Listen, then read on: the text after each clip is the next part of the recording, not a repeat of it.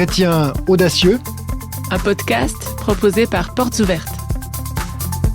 Bonjour à tous et bienvenue dans un nouvel épisode de notre podcast qui vous encourage à suivre Jésus quoi qu'il en coûte.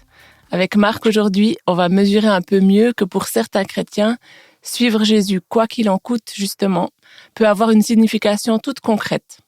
Et pour cela, on vous emmène avec nous du côté de l'Afghanistan et des quelques milliers de chrétiens qui vivent là-bas. il a toujours été rare d'obtenir des informations sur les croyants en Afghanistan, étant donné le secret dans lequel ils doivent vivre. La prise de pouvoir par les talibans, il y a un peu plus de 2 ans maintenant, a rendu les choses encore plus difficiles. Mais plusieurs histoires de chrétiens courageux ont été partagées récemment avec des partenaires de Portes Ouvertes, chacune soulignant les dangers extrêmes auxquels sont confrontés nos frères et sœurs en Afghanistan. Oui, et si nous avions à cœur de vous en partager 2 dans ce podcast, ce n'est pas parce que nous aimons les histoires tristes ou douloureuses, mais bien parce qu'elles peuvent inspirer notre propre façon d'être chrétien. C'est ce que nous croyons, Marc et moi, et on l'expérimente nous-mêmes. Par effet ricochet comme ça, on peut être plus libre et plus courageux en écoutant ces histoires-là, plus audacieux, lorsqu'il s'agit de parler de foi autour de nous. Et notre première histoire commence ainsi. Yasaman, une Afghane, mère de 5 enfants âgés de 1 à 10 ans. Elle est mariée depuis 11 ans à un musulman devenu chrétien avant la naissance de leur cadet. Il essayait souvent de partager sa foi avec son épouse, mais elle n'était pas intéressée du tout. Elle se disputait souvent avec lui sur ces questions de foi. Et leur relation s'est tendue. Yasaman a même envisagé de divorcer en prenant les enfants, armes et bagages, chez son propre père. Une nuit, elle a fait un rêve dans lequel on lui demande de lire la Bible. Enfin, la question, c'est celle-ci. Est-ce que tu as lu la Bible ? Et ce rêve l'a profondément affectée et l'a poussée à demander une Bible à son mari pour étudier la chose et puis prendre une décision éclairée. Je me souviens personnellement d'avoir rencontré un homme, c'est un autre témoignage, petite parenthèse, dans un pays en Afrique du Nord qui a fait un rêve similaire. Il était question d'aller à l'église catholique de la grande ville de son pays pour demander une Bible. Il était vraiment question qu'il la lise. Et c'est avoir lu l'évangile qui l'a amené à faire un chemin de foi. Il s'est converti, il a donné sa vie au Christ. Et cette femme, Yasaman, fait le même chemin. Après l'avoir lu, donc la Bible, elle ressent un profond changement en elle, une nouvelle énergie, et puis elle dit, la foi est née. À partir de ce moment, elle renoue avec son mari. C'est une belle relation d'amour qu'ils vivent ensemble. Cependant, le hic de cette histoire, c'est la maison. Elle est située près d'une mosquée et certaines personnes se sont mises à les observer et à soupçonner leur conversion chrétienne. Tôt un matin, alors que son mari va chercher du pain, 2 personnes le suivent, ils l'attaquent et le tuent, juste à côté de son domicile. Et Yasaman est bien sûr dévastée, elle se sent seule, désemparée. Un autre chrétien lui rend visite, lui apporte du soutien, l'encourage à poursuivre le chemin de foi de son mari et de sa foi évidemment personnelle en Dieu. Elle trouve du réconfort dans ce soutien, dans ses visites, et sa foi retrouve du nerf, de la force. Elle commence même à partager l'évangile avec d'autres. Et aujourd'hui, Yasaman élève seule ses enfants. Des chrétiens de son réseau secret l'aident un peu et financièrement, ça se passe. Elle a de quoi acheter à manger, pas grand-chose, mais sa priorité, sa réflexion d'avenir, ce sont ses enfants. Elle prie que Dieu les conduise et les guide. Marc, dans des histoires comme ça, moi, je me pose toujours la question de ces personnes qui deviennent chrétiennes et qui font face rapidement à une forte opposition. Est-ce qu'elles regrettent d'avoir rencontré Jésus, Yasaman ?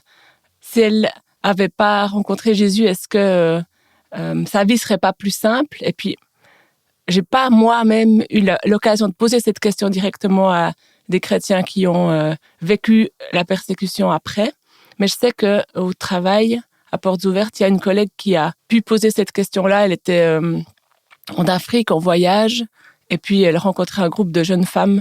Et puis, il y avait une de ces jeunes femmes qui avait été mise à la porte de chez elle par ses parents quand elle était devenue chrétienne, très vite après sa conversion.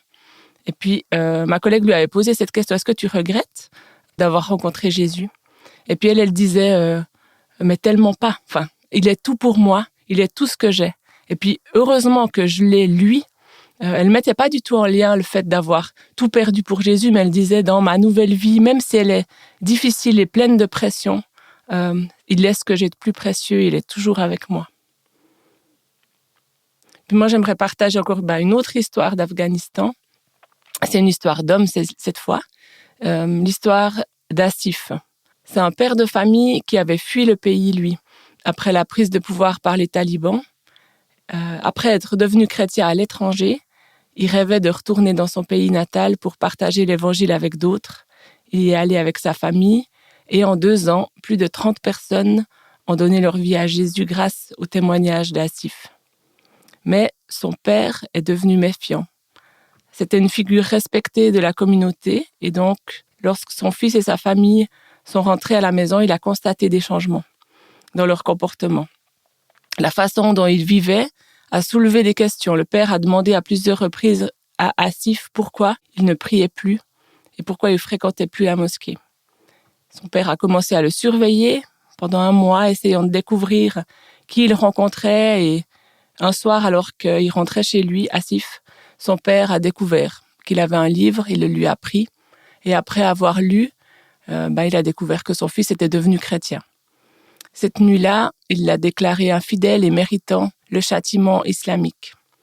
Il ne s'est rien passé pendant 1 mois et puis un jour, le père d'Asif l'a emmené. Il lui a proposé d'aller nager et puis au lieu de passer du temps ensemble, le père a noyé son fils.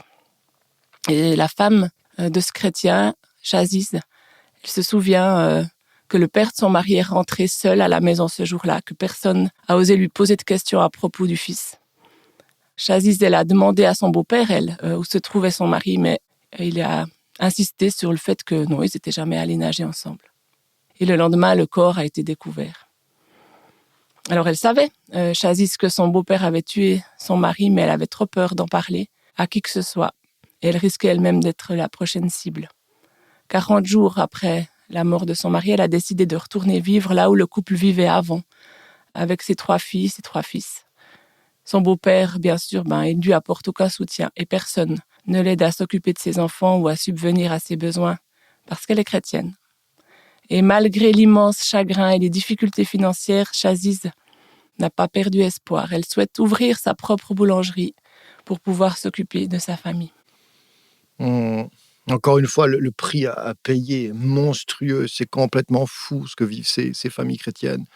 À Portes Ouvertes, notre mission est de venir en aide aux chrétiens les plus persécutés. Et Asif, Chaziz, mais aussi Yassaman, dont on a parlé, tous les autres chrétiens afghans en font partie. Nous croyons que personne ne devrait avoir à vivre et traverser la persécution seul. Et parfois, lorsqu'il est si difficile de rejoindre les chrétiens physiquement, comme en Afghanistan d'ailleurs, il ne reste plus que la prière. Alors, s'il vous plaît, vous qui nous entendez, prions ensemble pour les chrétiens afghans, entre autres, afin qu'ils aient la force de continuer à vivre en chrétien, jour après jour. Oui, la prière, elle peut tout changer. Ça m'a été rappelé récemment lorsque nous avons reçu des nouvelles du Cameroun et d'une femme en particulier que j'avais rencontrée l'été dernier. J'étais allée en voyage dans l'extrême nord pour rencontrer des femmes qui avaient été attaquées par Boko Haram. Et il y avait une de ces femmes qui s'appelle Ajara. Elle est ce qu'on appelle une veuve de Boko Haram. Son mari, il avait été tué lors d'une attaque de ce groupe armé. Elle se retrouvait seule avec... Elle avait 6 enfants et encore les 5 orphelins d'une autre femme. Et elle était très malade. Quand on l'avait rencontrée, elle était presque aveugle. Et elle nous avait demandé de prier pour elle. C'est vrai que quand on est dans cette situation-là, un petit groupe de femmes européennes, juste présent 1 semaine, on est assez démunis. On se dit oui, je vais prier, puis après, je vais rentrer chez moi. Et puis elle va avoir ses enfants, les orphelins. Moi, tout ce que j'ai, c'est la prière. Alors, on a prié pour elle avec foi. Et puis, on est rentré après le voyage. Et puis, il n'y a pas eu de nouvelles pendant presque 1 année d'elle et de toutes les autres femmes pour lesquelles on avait prié ce jour-là. Et puis, le mois dernier, on a reçu des nouvelles d'elle en particulier. Elle raconte que suite à ses prières ce jour-là, elle a été physiquement guérie. Et puis, elle qui pouvait presque plus se lever de son lit, là, elle a pu développer son petit commerce. C'est du broyage de grains qu'elle fait. Elle a une sorte de moulin à elle toute seule et elle a pu envoyer tous ses enfants à l'école. C'est vrai que c'est un témoignage, un retour de nos prières que moi je veux garder précieusement dans mon cœur et dans ma mémoire pour les fois où les situations, elles semblent trop désespérées. Et on aurait envie de baisser les bras. Oui, la prière, elle peut changer complètement une situation. Et si la situation des chrétiens en Afghanistan vous intéresse ou vous a ému comme on l'est ici, vous trouverez davantage de témoignages et d'informations sur ce pays, entre autres, sur notre site internet portesouvertes.ch. Et si vous avez envie de réagir à cet épisode ou de le partager plus loin, eh bien, c'est avec plaisir que nous vous lirons. Et avec Rebecca, on vous retrouve le mois prochain. Merci de nous suivre.